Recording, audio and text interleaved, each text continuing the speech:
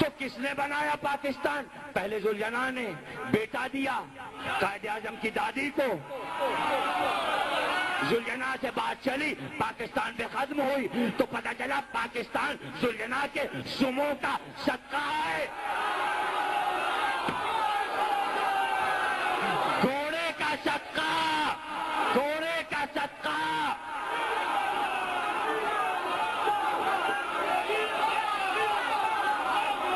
ارے اب جملہ سن لو، چونکہ ذوالجناح کی وجہ سے یہ ملک بنا، پورے ملک کی آبادی کو ذوالجناح کے سموں پر سجدہ کرنا چاہیے۔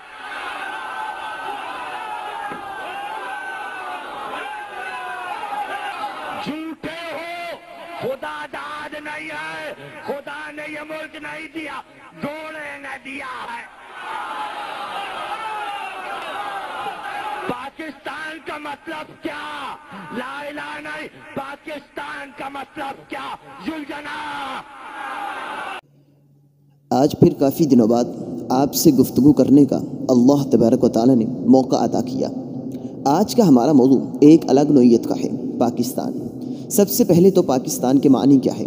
پاک لوگوں کی سرزمین یا پھر پاک سرزمین۔ یہ بھی ایک بڑا خفیہ نقطہ ہے کہ پاک لوگوں کی سرزمین، کیونکہ ان پر کچھ بھی سمجھ سکتے ہیں، انہیں سمجھانا یہ ہماری ذمہ داری ہے، کیونکہ ان کے نزدیک تو ذات کے لحاظ سے ہی پاک لوگوں کی سرزمین ہے۔ وہ مطلب نہیں لیتے جو ہم انہیں دینا چاہتے ہیں، کیونکہ اکثر ہم میں اولیاء اللہ کے بارے میں یہ عقیدہ رکھتے ہیں کہ ان کی زندگی کا ایک ایک لمحہ روحانی اور جسمانی اعتبار سے بالکل پاک گزرا ہے، جبکہ ہمارے نزدیک پاک ذات صرف اللہ کی ہے۔ اور یہ بھی ایک عجیب بحث ہے، لہذا ہمیں اس میں سر کھپانے کی ضرورت نہیں۔ اور ویسے بھی اگر انسان توحیدی ذہن سے فیصلہ کرنا چاہے تو اسے ذات کے لحاظ سے، صفات کے لحاظ سے اور ہر لحاظ سے صرف ایک ہی ذات ہمیشہ سے پاک نظر آئی تھی، ہے اور آئے گی۔ وہ ذات صرف اللہ کی ہے جو ہمیشہ سے ایک ایک لمحہ پاک ہے۔ خیر، نہ جانے اب پاک لوگوں کی سرزمین یہ معنی نکالنے والوں نے کیا سوچ کر یہ معنی نکالے۔ چلو، اگر پاک سرزمین ہوتی تو کچھ بات سمجھ میں آتی، یا پھر شرک سے پاک، گناہوں سے پاک، غلطیوں سے پاک اور برائیوں سے پاک لوگوں کی سرزمین ہوتی تو بات کچھ سمجھ میں آ جاتی، ورنہ ذات کے لحاظ سے صرف وہی پاک ذات ہے۔ لہذا ہمیں اس غلط فہمی کا شکار نہیں ہونا چاہیے کہ ذات کے لحاظ سے پاک لوگوں کی سرزمین، کیونکہ انسان چاہے جتنا مرضی اللہ کا برگزیدہ بن جائے، لیکن اس کی زندگی میں کئی ایسے اوقات آتے جاتے ہیں کہ جن میں وہ نماز تک نہیں پڑھ سکتا۔ لہذا پاک ذات وہی ہے جو ہمہ وقت پاک ہو۔ اگرچہ کچھ لوگوں نے اس میں ملائکہ کا بھی شمار کیا ہے، کیونکہ وہ بھی نوری مخلوق ہے۔ لہذا میں پہلے کہہ چکا ہوں کہ ایک بہت بڑی بحث ہے، لیکن جو بات میں اوپر بیان کر چکا ہوں وہ بات اس بحث کو ختم کرنے۔ لہذا کسی بھی شخص کو، عورتوں کو حیض آتا ہے، کیا حیض پاک ہوتا ہے؟ مرد حضرات کو احتلام ہوتا ہے، کیا جنابت کی حالت میں جو مادہ وہ خارج کر رہے ہیں کیا آپ اسے پاک کہہ سکتے ہیں؟ جب قرآن نے اس مادے کو ایک حقیر سا اور گندا سا مادہ کہا ہے تو لہذا پاکی اور ناپاکی کی بحث ہی ختم۔ اگرچہ رسول اللہ صلی اللہ علیہ وسلم نے فرما دیا کہ مومن کبھی ناپاک نہیں ہوتا، لیکن فطرتی ناپاکی جو آپ پہلے سماعت فرما چکے ہیں وہ ہر انسان میں پائی جاتی ہے۔ لہذا ہمارے نزدیک پاک ذات وہ ہوگی جو ایک ایک لمحہ پاک ہو اور جو فطرتی ناپاکی سے بھی پاک ہو۔ گناہوں سے پاک ہونا اور بات ہے، شرک سے پاک ہونا اور بات ہے، کفر سے پاک ہونا اور بات ہے، معصوم ہونا اور بات ہے، لیکن پاک وہ ہوگا جو فطرتی ناپاکی سے بھی پاک ہو۔ لیکن یہ جو ہماری جسمانی ناپاکی ہے، جسم سے گندے مادے کا نکلنا، پیشاب کرنا، پخانہ کرنا، اس کو کوئی بھی شخص پاکی سے تشبیہ نہیں دے سکتا۔ لہذا اسی اعتبار سے صرف ایک ہی ذات پاک ہے اور وہ میرے اللہ کی ہے، اور دیگر جن لوگوں کا فرشتوں کو بھی اس میں شمار کرنا ہے، کیونکہ وہ بھی ان حاجات سے بالکل پاک ہے۔ اور رہ گئی بات اللہ کے نبی کی، تو انبیاء کو احتلام نہیں ہوا کرتا، اس پر میں تفصیل سے ایک درس دے چکا ہوں۔ لیکن جنابت کی حالت میں اللہ کے نبی نے نہ نماز پڑھی ہے اور نہ ہی پڑھنے کا حکم دیا ہے جب تک کہ بندہ پاک نہ ہو جائے، جبکہ مومن روح کی ناپاکی سے بالکل بچا رہتا ہے۔ لہذا بزرگوں کے بارے میں ایسا عقیدہ رکھنا یہ بات نہایت اختلاف کی ضد میں ہے۔ خیر، یہ میرا اپنا موقف ہے اور آپ اس سے دلائل کی بنیاد پر اختلاف بھی کر سکتے ہیں۔ محبت اور عقیدت اپنی جگہ ہے، مگر یہی محبت اور عقیدت تھی کہ جس نے عیسیٰ علیہ السلام کو اللہ اور اللہ کا بیٹا کہنے پر مجبور کر دیا۔ خیر باتیں تو ایسی بہت ہیں مگر وقت کم ہے، لہذا پاکستان کے مختلف لوگوں کے مختلف بیان کردہ معنی آپ جان چکے۔ اب بڑھتے ہیں اپنے موضوع کی طرف، اور رہ گئی بات ذوالجناح کو سجدہ کرنے کی اور اسے خدا ماننے کی، تو اس پر میں پہلے سے ہی تفصیل سے درس دے چکا ہوں، نیچے ڈسکرپشن میں جا کر آپ اسے بھی سن سکتے ہیں۔ باتیں تو بہت ہیں جو میں کرتا جاؤں اور آپ سنتے جائیں، مگر ہماری وہ محفل، وہ مجلس، وہ گفتگو ہماری ہلاکت اور بربادی کا سبب تو بن سکتی ہے، باعث برکت نہیں، کیونکہ نہ جانے اس محفل میں ہماری زبانوں سے کوئی ایک ایسا جملہ نکل جائے جو اللہ کے عذاب کو دعوت دینے کا باعث بنے۔ بے مقصد ہے، بے فائدہ ہے ہماری وہ مجلس جس میں اللہ کے ذکر کی جھلکیاں نمایاں نہ ہو۔ اسی لیے تو ان کی مجلسیں ہمیشہ کفر کی زد میں آتی ہے کہ جنہوں نے محبت میں آ کر شیر خدا علی رضی اللہ تعالیٰ عنہ کو اللہ کہہ دیا اور قرآن ان کے حلقوں سے نیچے اترتا ہی نہیں۔ لیکن ہماری انشاءاللہ پوری کوشش ہوتی ہے کہ ہم اپنی ہر گفتگو میں اللہ کے ذکر کو موجود پائیں۔ تو آئیے اللہ کے قرآن کی طرف، کیونکہ وہی اس معاملے میں ہماری بہترین رہنمائی کر سکتا ہے۔ لیکن آگے بڑھنے سے پہلے ذوالجناح بقول ان کے بازوؤں والا یا پروں والا، اس نے اس قوم کو قائد اعظم عطا کیا، اس نے اس قوم کو قائد اعظم عطا کیا، تو اس پر تو میں کئی درس دے چکا ہوں، لہذا بار بار ایک ہی گفتگو کرنا مناسب نہیں، کیونکہ اگر آپ میرے پچھلے سارے درس سنتے آ رہے ہیں تو آپ بہتر جان چکے ہوں گے، دوبارہ بتانے کی ضرورت ہی نہیں، اور نہ ہی ہمیں قائد اعظم کے عقائد سے کچھ لینا دینا ہے، کیونکہ بقول ان کے اگر وہ بھی شیعہ تھے، ذوالجناح کو اپنی تخلیق کا باعث سمجھتے تھے، تو یہ ان کا عقیدہ ان کے ساتھ ان کی قبر میں چلا گیا، واللہ عالم۔ ہم نہیں جانتے کہ ان کا عقیدہ کیا تھا، بغیر تحقیق کی گفتگو کرنا جاہلوں کا کام ہے۔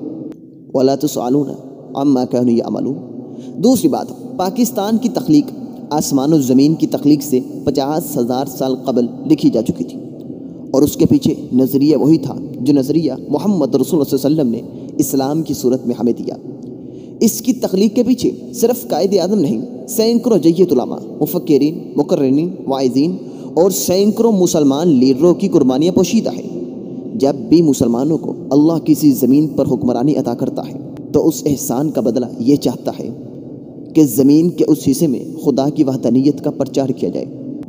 یاد رکھیے، یہ اللہ کی ایک نعمت ہے، ایک احسان ہے جس کا وہ ہم سے کچھ بدلہ چاہتا ہے، اور وہ بدلہ یہ ہے کہ زمین کے اس حصے پہ اس کی حدوں کو قائم کیا جائے۔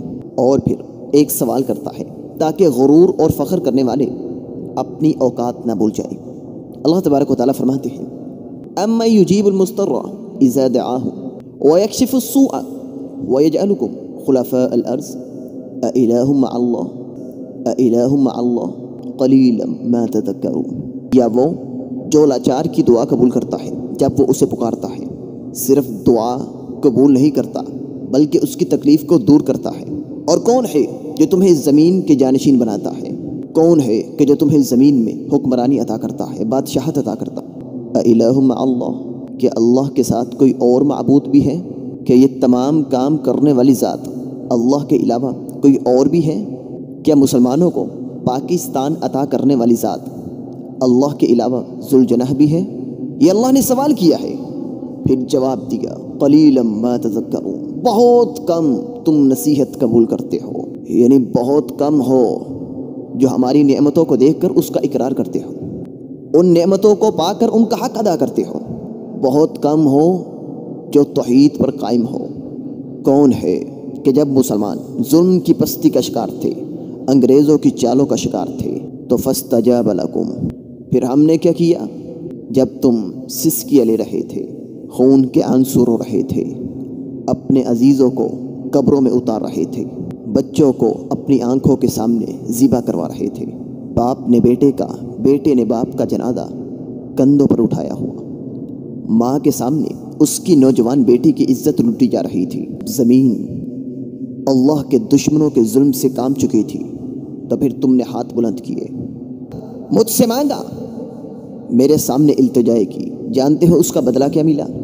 ہم نے تمہیں ان کی غلامی سے آزاد کروا دیا، ہم نے تمہیں ان کی غلامی سے آزاد کروا دیا، ہم نے تمہیں ان کی غلامی سے آزاد کروا دیا۔ کس کے ذریعے؟ ان قربانیوں کے ذریعے جو تمہارے آباء و اجداد نے پیش کی۔ یہ ملک قائد کا نہیں، اللہ کا عطا، وہ ہمارے لیڈر تھے، ہے اور رہے گے۔ یہ انہی کی محنتوں کا نتیجہ ہے کہ آج ہم اللہ کا نام آزادانہ طور پر لیتے ہیں، مگر کہیں سے بھی یہ بات ثابت نہیں ہو سکتی کہ ہم ان کی عبادت شروع کرتے، ایسا ناممکن ہے، اور یہی کافروں کا شیوا رہا۔ خیر، جھوٹی کہانی ہے، جیسے مرضی بنا لو۔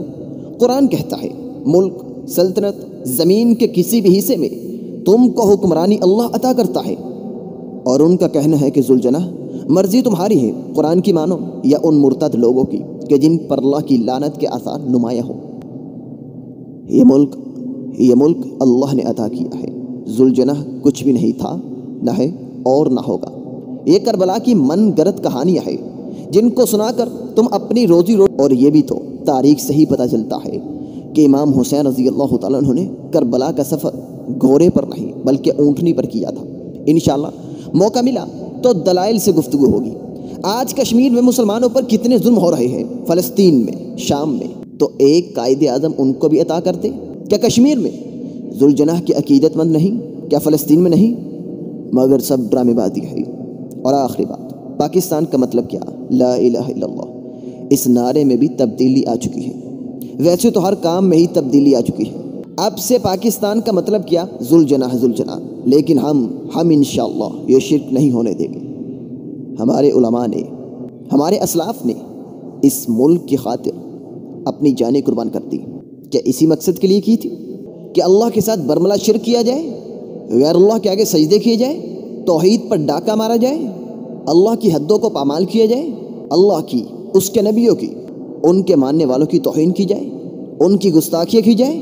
نہیں، بلکہ ان کا مشن تھا کہ ایک ایسی ریاست ہو جہاں مسلمان اسلامی نظام کے مطابق اپنی زندگی گزار سکے اور جہاں سے شرک اور کفر کا خاتمہ ہو۔ لہٰذا کچھ باتیں ایسی ہوتی ہیں کہ جن کو بیان کرنے کی ضرورت ہی نہیں پڑتی۔ ایک کم ایمان والا شخص بھی اپنے ایمان کی کسوٹی پر اس کو پرکھ لیتا ہے کہ کیا یہ بات سچ ہے یا جھوٹ۔ کیا ہمارا اسلام ہمیں اس بات کو تسلیم کرنے کی، اس بات کو قبول کرنے کی اجازت دیتا ہے کہ نہیں؟